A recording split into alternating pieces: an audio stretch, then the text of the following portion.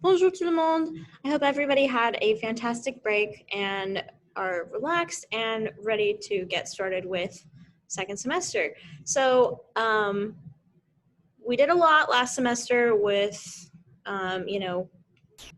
fourth and sixth period. We did some remediation and stuff to cover some French 1 concepts. So you guys might have forgotten some of the stuff that we did at the beginning of the year, like faire and irregular IR verbs and stuff like that. So what we're going to do is we're going to review some of those concepts for this beginning week of school, just to get everybody caught up and get everybody on the same page. We have some people coming back from distance learning and stuff like that, so I just want to make sure that everyone has the same opportunity to start the semester off right and everybody's on the same page. All right, so the first thing we're going to start with is faire. So the verb faire, remember, means to do or to make.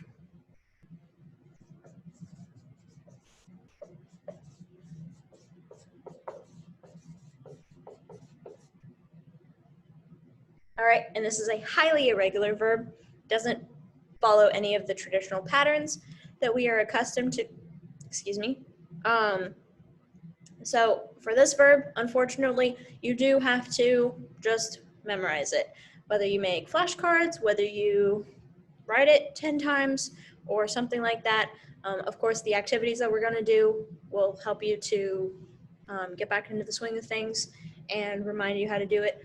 We're doing different activities than what we did the first time around, so this is all gonna be new to you guys, except for the topic, of course. You guys should already know this topic. All right, so the je form.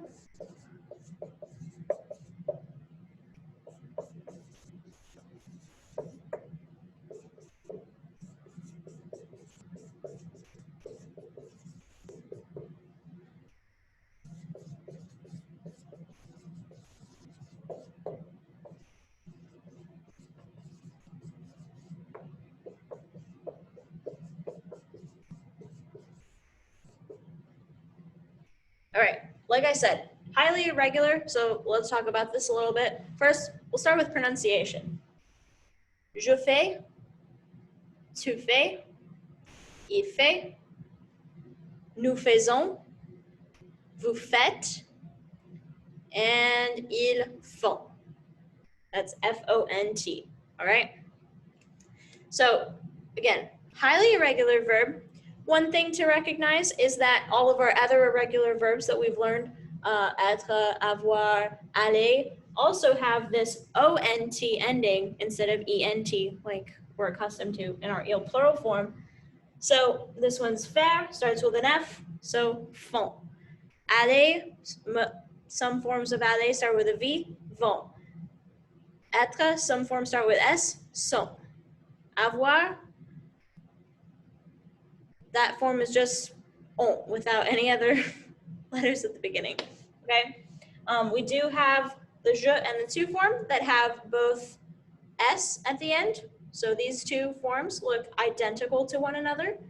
So make sure that you know that the je form and the tu form are identical.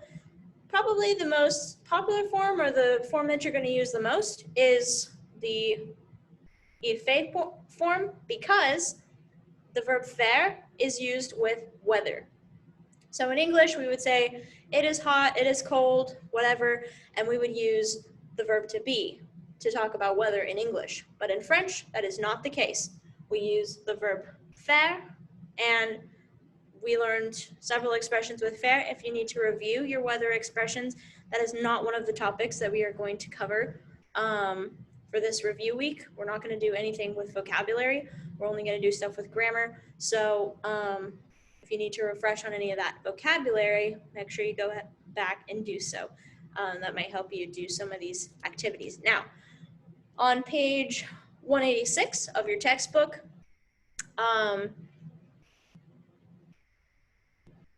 there are expressions that go with faire that don't necessarily translate word for word, but they are conjugated with faire to mean certain things. And so there's a list in your book, and there will be a list that I will give you when we do the activities that will help you to work with some of these expressions. For example,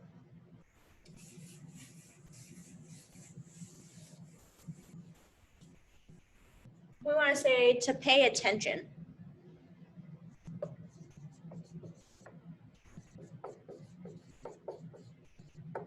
All right.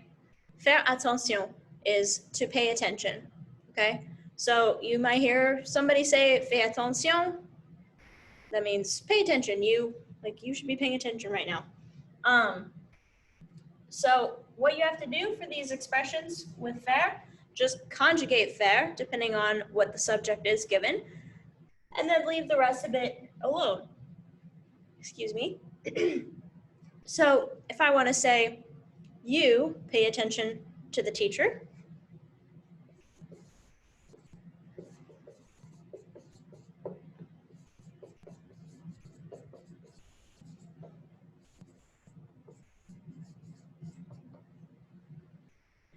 Vous faites attention au prof. You pay attention to the teacher. So you have this, that is the to pay part of the pay attention expression. And again, doesn't translate word for word. So these expressions you do have to memorize and know what they mean and how to say these certain things. So if you want to say pay attention, or they pay attention, he pays attention, you all pay attention, that you know exactly how to say it in French, because French does not always translate word for word. Another good example is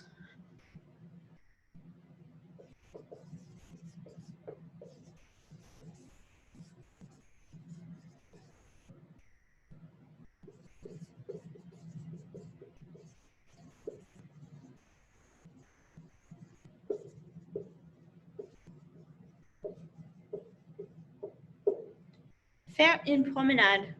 So if I say, je fais une promenade avec mon chien, what do you guys think faire une promenade means? That's to go for a walk. So faire une promenade as an entire phrase means to go for a walk. Again, does not translate word for word, does not logically make sense. To make a walk with my dog makes no sense whatsoever. So we have to know that these phrases have specific meanings as a whole, as the phrase as a whole, rather than memorizing word for word. Okay, and again, we had the verb, which we conjugated in the appropriate form. In this case, fait. In this other one, it was fait. All right, so just depending on whatever your subject is, make sure you conjugate your verb accordingly. Now, when we're talking about sports, there's a lot of sports expressions that are given in the book, like faire du vélo, faire du sport, stuff like that. So these ones that have the de with them, there's this little thing that we need to concern ourselves with.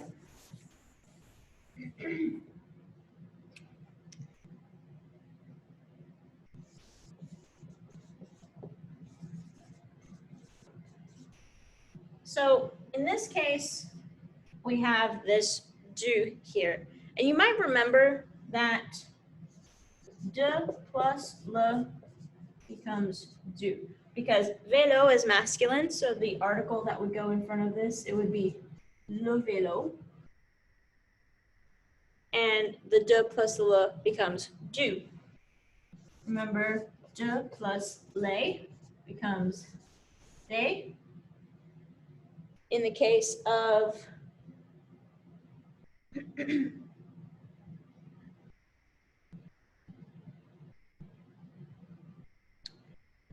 let's see, faire des sports. So we're talking about more than one sport that we're doing. Faire des sports. So de plus le becomes des, because sport is masculine and it would have the article le in front of it. Now for the others, de plus la and de plus L apostrophe, for those things that start with a vowel, whether they're masculine or feminine, those are going to stay the same. De la and de L apostrophe. In your book, you have the expression faire de l'aérobic. Aérobic starts with a vowel, so we have our de l'aérobic, the L apostrophe stays there. And what One of the other expressions is de la planche à voile, which is windsurfing, to go windsurfing. And la planche à voile is feminine, of course. We have our feminine article here. So de la planche à voile, we don't have to do anything to these ones. So it's only these two that we really need to concern ourselves with if the action that we're talking about has a masculine article or a plural article. And if that's the case, we need to make some appropriate changes. Another appropriate change that you need to be concerned with is for these ones that have the du, de la, de apostrophe, what have you, that is for a positive statement. So saying, I do ride my bike, I do go windsurfing, I do sports. All of those are affirmative statements saying that you are doing that thing. If you say, I'm not riding my bike,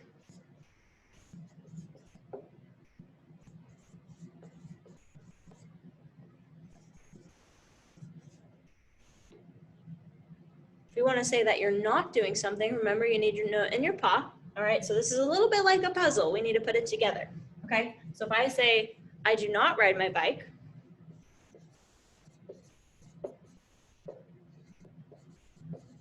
so first we're going to start with our verb. So remember, when you put your ne and your ne goes in front of the verb, your pas goes after the verb. Don't forget to conjugate your verb here in the middle. Again, we're just conjugating for our subject pronoun. Very easy and simple. Okay, so that's the first part that we need to concern ourselves with. Let's put vélo down here and let's leave something here in the middle. Okay, so the expression is faire du vélo, but in French, it's a stylistic thing. You won't be necessarily wrong if you don't do this correctly. I won't grade off on it and things like that. But when you do make it negative, it becomes de.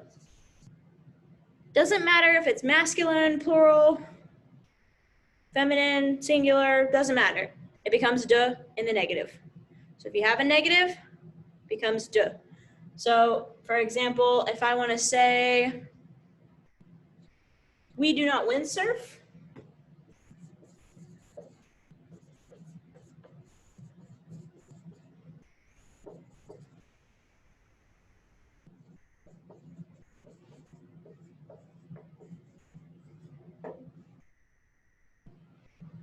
so usually it would be faire de la planche à voile.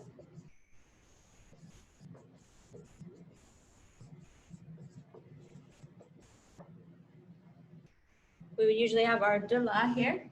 But in this case, it's in the negative. So based off of what we did in this sentence, what do we have to do in this sentence when it's negative? Instead of de la, we have de.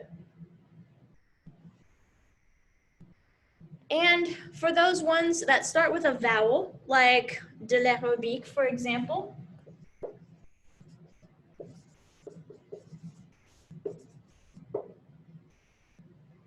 so this one starts with a vowel.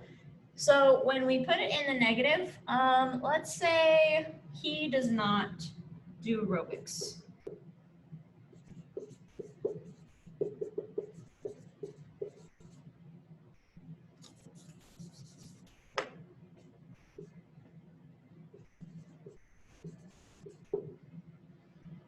All right, based on what we did on in these other two sentences, we put de when we put the sentence in the negative. In this case, we have the negative again.